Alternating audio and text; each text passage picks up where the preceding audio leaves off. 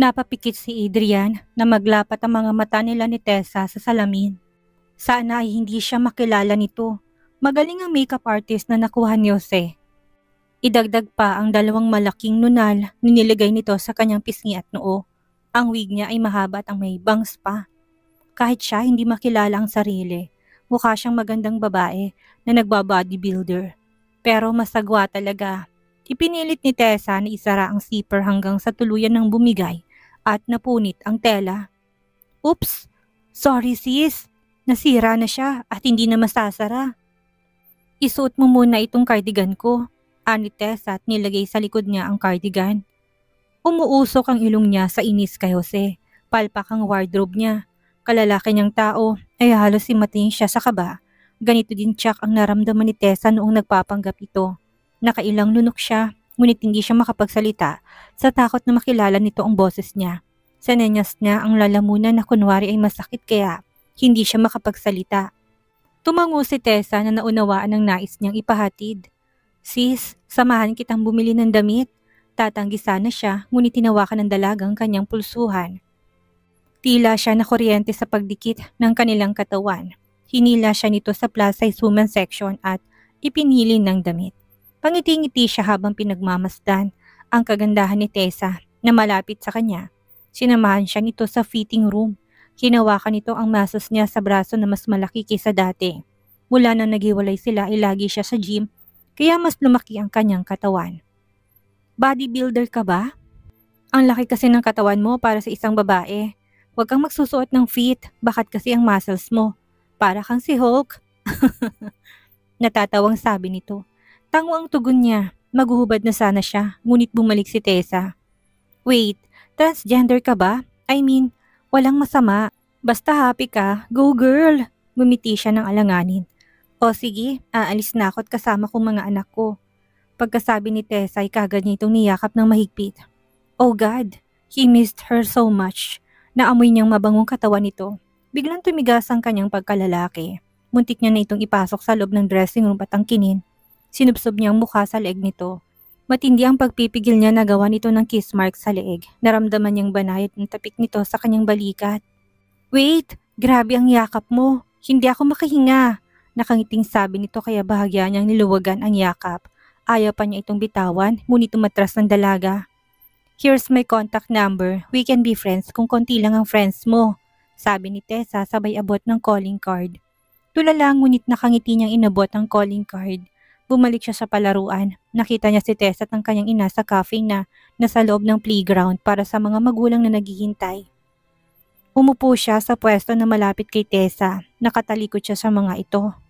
Nasa stroller ang kanyang bunsong anak. Nilagay ito ng yaya sa kanyang tabi. Kaya naman nakikipagtawanan sa kanya ang baby. Tessa, mag-asawa pa din kayo hindi ba? Hindi pa napapawalang bisa ang inyong kasal. Tama ba ako? Anang kanyang ina. Opo, ipinalalakad ko na po sa abogadong annulment papers. Parang sinaksak ang puso niya. Gusto na nitong makawala sa kasal nila. Wala siyang planong pirmahan ng annulment papers. Sana'y magkais kay ni Adrian. Bigyan mo pa siya ng pagkakataon. Para sa mga anak ninyo. Ma'am Concy, hindi naman po tamang maging dahilan ng anak lamang para magsama. Importante po na nagmamahalan ang dalawang tao. Makikita ng mga anak na walang pag-ibig sa pagitan ng mga magulang. Iisipin nila na hindi masaya ang buhay ng mag-asawa. Ayoko po silang matroma. Naunawaan ko, pasensya ka na kung nangihimasok ako. Nangihinayang kasi ako sa pamilya ninyo. Lumapit si Eden sa bunsong kapatid. Baby, himalat hindi ka umiiyak ngayon. Marahan itong pinisilang pisngi ng baby. Kinuha ni Eden ang cellphone at lumingalinga sa paligid. Nag-type ito ng message na kanyang natanggap. Tatay Adrian, saan na po kayo? Napatingin si Eden sa kanya. Nalaki ang mga mata nito. Nilagay ang daliri sa bibig at ipinakita ang mensaheng pinadala nito. Gumiti si Eden. Ang laki na nito. Ang dami ng lumipas na araw na hindi niya ito nakasama. Nag-type ito ng message sa phone. You're so big to be a girl. Nagtatawanan sila. Eden, sino kausap mo sa phone? Ani Tessa. Po, wala po. Nagpadala lang po ng joke ang classmate ko. Agad tong lumapit sa at yumakap sa lola Concy niya. Lumabas ang mga ito sa playground. Bumalik siya ng banyo at nag-aabang si Jose upang magpalit siya ng damit. Naghilamos siya. May binigay na makeup remover si Jose. Ang hirap pala mag-alis ng makeup. May meeting siya sa 3 investors from South Korea. Sinalubong siya ni Minerva na may dalang documents at laptop para sa lunch meeting niya. Saktong dating nila sa meeting place. Inayos na ni Minerva at ng translator ang kanya. Kailangan niya. Hindi niya mapigil ng ngiti sa labi. Kinuha niyang bag na dala kanina. Kinuha niyang cardigan na ibinigay ni Tessa. Inamoy niyang damit. Ang bango kahit paano na ibisa ng pangungulila niya kay Tessa. Umorder na si Tessa ng pagkain. Nagyaya si Ma'am Concy na kumain ng tanghalian. Nahihiya naman siya sa matanda. Madalas itong nagpapadala ng gamit at laruan para sa mga apo. Alam niyang gusto nitong mapalapit sa mga bata. Kinuha niya ang phone sa kanyang bag. Nakita niyang post ni Minerva. Kasama si Adrian. Ang caption, lunch date with Boy Fee. Umusok ang ilong niya, pinindot niya ang option ng unfriend, ngunit tila walang lakas ang daliri niya. Nanggigigil na pinindot niyang picture na na-heart niya ang post ng stepsister. May my day na post din si Minerva. Another angle ng selfie nito at background si Adrian. May hawak itong cardigan na kumukha ng ipinahiram niya sa babae kanina. Teka, nasan na nga bang cardigan niya? Pinahiram ni Tess ang cardigan sa babaeng nakilala niya sa banyo. Malamang natangay nito nang hindi sinasadya. Umiyak si Baby Alejandro kaya binaba niya ang phone. Nakatulog na ulit ang sanggol. Kung hindi lang dahil sa mommy ni Adrian ay hindi niya ilalabas ang anak. Ayaw din naman niya napadalawin to sa bahay at baka puntahan sila araw-araw. Hindi siya komportable dahil ayaw niya na masanay ang mga anak sa presensya ng Lola Concy ng mga ito. Tapos ay bigla ring aalis. Hindi pa malinaw kung ano bang gustong maging role nito sa buhay ng mga anak niya. Nakauwi na sila ng bahay, naabutan niya si Nelia na hinihintay sila. Tuwang-tuwa ito na nilapitan ng mga pamangkin.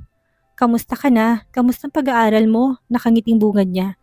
Okay naman ate. Salamat sa pagpapaaral sa akin. Pinagbubutihan ko para makabawi ako. Para sa future mo yan. Alam mo na mas malayong mararating ng taong matalino at madiskarte. Oo ate, idol kita. Naku Nelia, huwag mo akong tularan. Ang dami kong mga maling desisyon sa buhay. Pero ate, kung titignan mo buhay mo ngayon, matagumpay ka na, nakakuha pa ng Most Inspiring Businesswoman Award. Matagumpay na siya. Pero bakit hindi siya masaya? Bakit may kulang? Iwinaglit niya sa isip ang paghahanap ng kulang. Napaka-ingrata niya kung sa kabila ng blessings na dumating sa buhay niya ay hindi pa siya makontento. Nelia, huwag ka na munang magbo-boyfriend. Pag-focus ka na muna sa pag-aaral mo. Kapag tapos ka na at may negosyo o trabaho, lalapit sa iyong matinong lalaki. Oo naman, hinihintay ko rin ng tamang lalaki para sa akin. Kagaya mo kay Kuya Adrian. Naku, hindi happy ang ending ng love story namin. Pero naging masaya ka, hindi ba? May 2 na nga kayong anak. At saka ate, hindi pa tapos ang love story nyo. Kaya wag mo na munang tuldukan. Ngumiti na lamang siya sa kapatid. Tanggap na niyang hindi sila ni Adrian ang itinadhana. Nga pala, nakikita ba kay ni Minerva? Si Nanay Lourdes. Nawalan na ako ng balita sa kanila. Naku ate, galit na galit si tatay sa kanila. Paano ba naman kinuha lahat ng pera at alahas ni tinatago ni tatay? Hayaan na natin ang 2 yun at patawarin para wala tayong dalahin sa ating dibdib. Kung hindi mo nga lang pinigilan si tatay, ay dinimanda niya ng mag-ina. Si Ate Minerva, nasa Montenegro Building Company at feeling jowa ng CEO, nailing na sabi ng kapatid. Maganda si Minerva kaya hindi malayong magkagusto si Adrian sa kanya. Naku ate, naghahalusinate lang siya na boyfriend niya si Kuya Adrian. May kakilala ko nagtatrabaho sa kumpanya. Wala naman daw girlfriend ng CEO. Baka naman lihim lang ang relasyon nila kasi bawal sa kumpanya. Ewan, pero siya lang nagpo-post sa FB. Saka 2 account niya. Yung kung saan siya nagpo-post ng pictures niya nakasama si Kuya Adrian. At walang kahit isang friends na nagtatrabaho sa pinapasukan niya. Puro old friends tayo at mga kabarangay natin ang kaibigan niya doon. Napakayabang nga, nakasimangot na sabi ni Nelia. Account niya yun, hayaan natin kung anong gusto niyang i-post at kung saan siya masaya. Ngunit napaisip siya sa sinabi ni Nelia. Hindi nga kaya wala namang relasyon sina Minerva at Adrian? Sa mansyon nila matutulog si Nelia at nakikipaglaro to kay Aiden. Tumunog ang kanyang phone. Text message galing sa babaeng maskuladong nakilala niya kanina. Nagpapasalamat to. Agad siyang nag-reply at tinanong kung naitago ba nitong cardigan niya na iniregalo ng kanyang mommy Michelle. Oo, naiuwi ko. Pasensya ka na. Ibigay mong address at ipapadala ko sa bahay mo. Dalahin mo na lang sa susunod nang pupunta ako sa mall. Magkita tayo. I-message kita. Aniya. Sige, maraming salamat ulit sa tulong mo. Naalala ko, bukas magkikita kami ng kaibigan ko. Kung available ka, magkita tayo sa coffee shop. Alas 5. Ano nga palang pangalan mo? Alondrang pangalan ko. See you tomorrow. Natutuwa siya sa babae na kilala niya kagabi. Na magtamang kanilang mga mata, naramdaman niyang lungkot nito. Ipapakilala niya ito kay Sandra. Nagpanik si Adrian sa mensahe ni Tessa, nakikipagkita ito sa kanya. Siyempre, hindi niya sasayangin ang pagkakataon na magkasama silang dalawa. Agad niyang tinawagan si Jose. Kasama nitong makeup artist kinabukasan, ibinilin din niyang maluwag at komportabling damit at kung maaring nakakapayat kapag sinuot. Alas 3 pa lamang ay nasa loob na siya ng van at inaayusan. Ang tagal pa lang mag-makeup. Pati kilay niya tinakpan para numipis. May false eyelashes din na nakakaiyak. Pilit pinaliit ng makeup ang mukha niya. Kailangan niya ng patong-patong na damit para itagong namumutok na muscles. Nag-rubber shoes siya na kulay pink kaysa mataas ang takong na gustong ipasuot sa kanya ng stylish. Hindi talaga niya kayang palitin ng boses. Pangangatawan na lamang niyang masakit na lalamunan. Naglakad siya patungo sa coffee talk at nandun na si Tessa at si Sandra. Muntik siyang umurong, may kasama pala to. Kaso nakita na siya ni Tessa at kinawayan. Napilitan siyang maupo sa mesang pangtatluhan. Nasa gitna siya ng dalawang babae. Pinakilala siya ni Tessa kay Sandra. Agad niya itinurong lalamunan upang ipaalam na hindi siya makakapagsalita. Alondra, nakikita mo yung lalaki sa katabi nating table. Sa tingin mo may pag-asa yang magugustuhan niya ako? Tanong ni Sandra. Napasulyap siya sa lalaking tinutukoy nito na masama ang tingin sa kanya. Lumapit si Tessa sa kanya at bumulong. Si Eric yan, bodyguard niya na binasted siya. Tumamang mabangong hininga ni Tessa sa kanyang pisngi. Hinila nitong upuan niya, dumikit ang dibdib nito sa kanyang braso. Ang sarap, ang lambot. Ikaw, may boyfriend ka ba? Tanong ni Tessa. Nakakapit nito sa braso niya. Umiling lamang siya. Hindi niya nakaya, bumubukol ang kanyang pagkalalaki sa suot na palda. Kailangan niyang iayos, nagpaalam siyang pupunta sa toilet. May humila sa kanya sa pintuan ng exit at sinandal siya sa pader. Sino ka? Tanong ni Eric. Mabubuking pa yata siya. Tinulak ni Adrian si Eric, magkasing taas at laki sila ng katawan. Halos hindi ito natinag at muli siyang idiniin sa pader. Kinapkapan siya nito, nakita niyang baril nito na nakasukbit sa bewang. Wala siyang choice kung hindi ang umamin. Si Adrian to, kailangan kong tulong mo. Gusto ko lang makasama si Tessa. Binitawan siya na lalaki at inayos ang damit niya. Ano nangyayari? Tanong ni Sandra. Agad na lumapit si Tessa sa kanya. Nagmamakaawang tingin niya kay Eric. She's my ex-girlfriend. Ani Eric, nalaki ang mata ng dalawang babae. Lalo na siya, nalibad ba rin siyang isipin ang sinabi nito. Nakita niyang pagtaas ng kilay ni Sandra. Lagot, nagsiselos yata to. Bumalik sila sa upuan, si Eric naman ay bumalik sa kabilang table. Naramdaman niyang paa ni Sandra na tumapak sa kanyang paa. Magpaliwanag ka, kaya ka ba nakipagkaibigan kay Tessa para mapalapit kay Eric? Muntik na siyang makapagsalita. Kumuha siya ng tissue at humiram ng ballpen sa waiter. Matagal na nangyari, nagulat ako na nakita ko siya dito. Magkaibigan na lang kami, kinikilabutan siya sa sinusulat. Siguraduhin mo lang dahil ipapatapon kita sa Pacific Ocean kapag inagaw mo si Eric. Lalapain ka ng mga pating. Isang pitik ko lang mawawala ka sa Earth, ani Sandra. Bes, pagkatiwalaan natin si Alondra. Actually, ako unang lumapit sa kanya. Tsaka kung nagkataon lamang na ex-girlfriend siya ni Eric. Pagtatanggol ni Tessa, tinignan siya mula ulo hanggang paa ni Sandra. Maganda ka pero mas maganda ako. Baka kaya hindi ako magustuhan ni Eric dahil masyado akong payat. Baka dapat ako magpalaki ng muscles. Bes, ano bang sinasabi mo? Kapag gusto ko ng tao, hindi importante ang itsura o hugis ng katawan mo. Anong meron ng babaeng to na wala ako? Himutok ni Sandra. Wait, bakit kayo nag-break? Tanong nito ulit. Nagsulat siya ulit. High school sweetheart.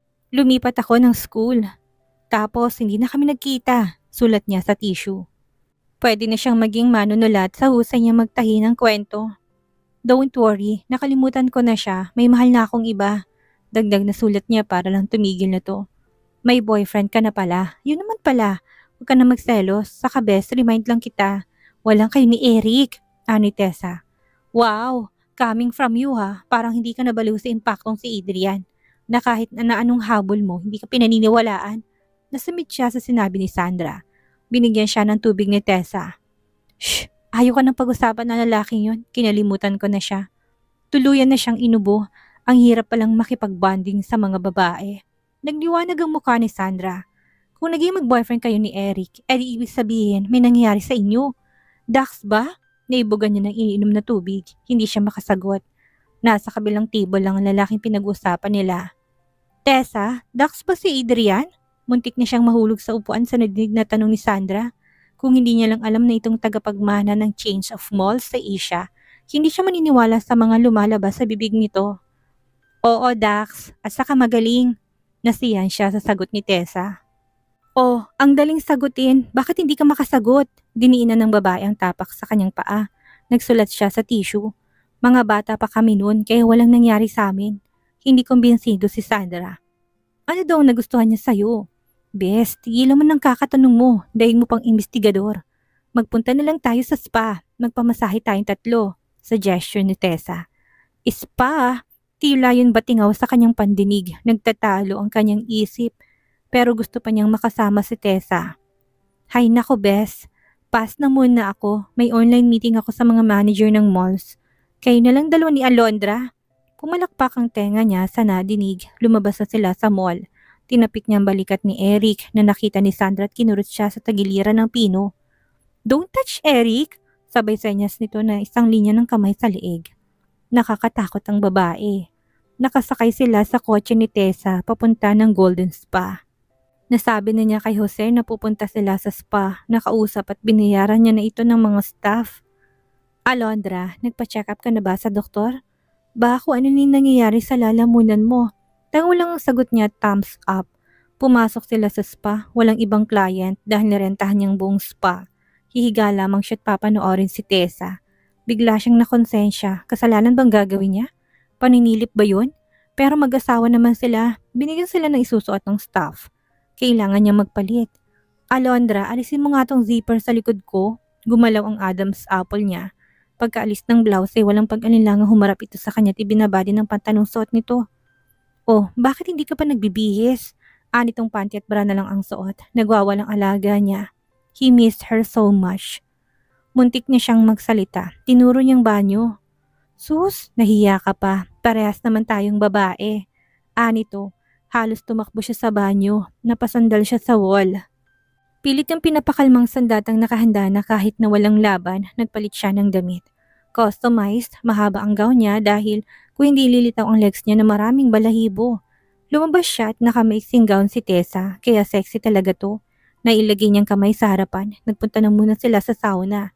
May drinks din na refreshing lemonade, ngunit naubos niya na hindi pa rin natitighaw ang uhaw niya. Nakapikit si Tessa na tila nagme-meditate kaya malayo niya ito na pagmamasdan. Napakaganda ng mukha nito. He's such a fool for letting her go. Dumilat ito. Bakit ka nakatingin sa akin? Umiling lang siya at ngumiti. Pakiramdam niya bago matapos ang araw nito'y baliw na siya. Tumayo si Tessa at inabot ng kamay sa kanya. Tatanggapin ba niya ito? Nakabuko lang dapat hindi. Baka magulat ang dalaga.